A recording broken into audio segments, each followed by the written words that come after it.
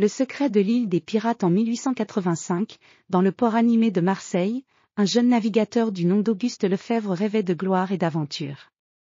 Le père d'Auguste, un vieux marin, lui avait transmis des histoires fascinantes sur des trésors cachés et des îles mystérieuses.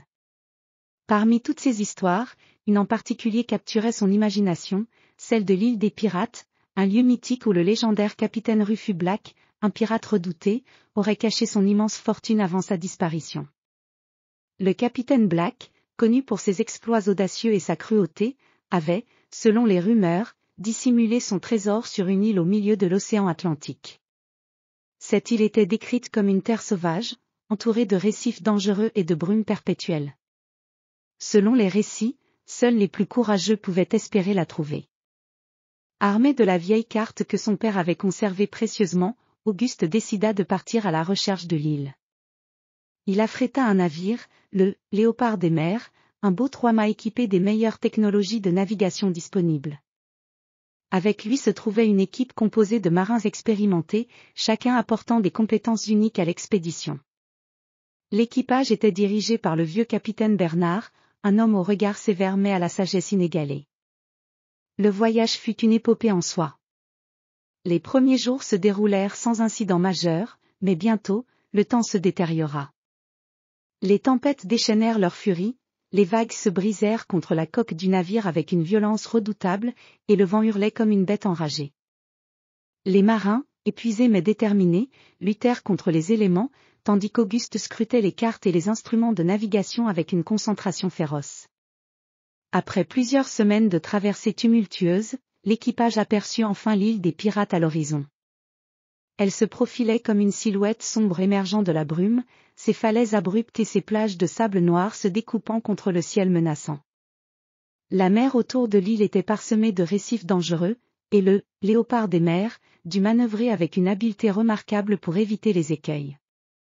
Lorsque le navire accosta sur la plage de l'île, une étrange sensation d'excitation et d'appréhension envahit l'équipage. L'île était couverte d'une jungle dense, où les arbres immenses formaient une canopée presque impénétrable. Des lianes tordues et des fougères géantes poussaient entre les racines des arbres, et les cris des oiseaux exotiques résonnaient à travers la forêt. Auguste et ses hommes, munis de machettes et de torchets, commencèrent leur exploration.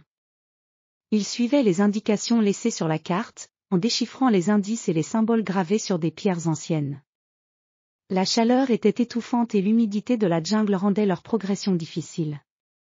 Ils traversèrent des rivières tumultueuses, grimpèrent des collines escarpées, et luttèrent contre les insectes voraces. Après plusieurs jours de marche éreintante, ils atteignirent une ancienne forteresse en ruine, recouverte de mousse et de lianes. La forteresse, autrefois imposante, avait été réduite à un ensemble de pierres effondrées et de structures en ruine, mais elle conservait une majesté résiduelle. En explorant les décombres, ils découvrirent un ancien caveau, protégé par des mécanismes complexes et des pièges ingénieux. Auguste et son équipe parvinrent à déjouer les pièges et à ouvrir le caveau. À l'intérieur, ils trouvèrent un coffre en bois massif, décoré de motifs marins et d'ornements en or. Le coffre était rempli de pièces d'or, de bijoux étincelants, et de trésors précieux. Cependant, ce qui attira le plus leur attention fut un vieux journal de bord, écrit par le capitaine Black lui-même. Le journal relatait les aventures du pirate et dévoilait la véritable histoire de l'île des pirates, un lieu où le capitaine avait caché son trésor non seulement pour le protéger des ennemis, mais aussi pour le transmettre à ceux qui méritaient de découvrir le véritable sens du pouvoir et de la richesse. Le trésor, bien que fabuleux, ne consistait pas seulement en or et en bijoux, mais en la sagesse et en l'aventure qui l'accompagnait. Auguste Lefèvre, en découvrant cette vérité, comprit que le vrai pouvoir résidait dans la connaissance et l'expérience acquises au cours de cette quête. Avec un respect renouvelé pour l'héritage du capitaine Black, il et son équipage retournèrent à Paris, portant avec eux non seulement une fortune matérielle mais aussi une richesse inestimable de découvertes et de leçons.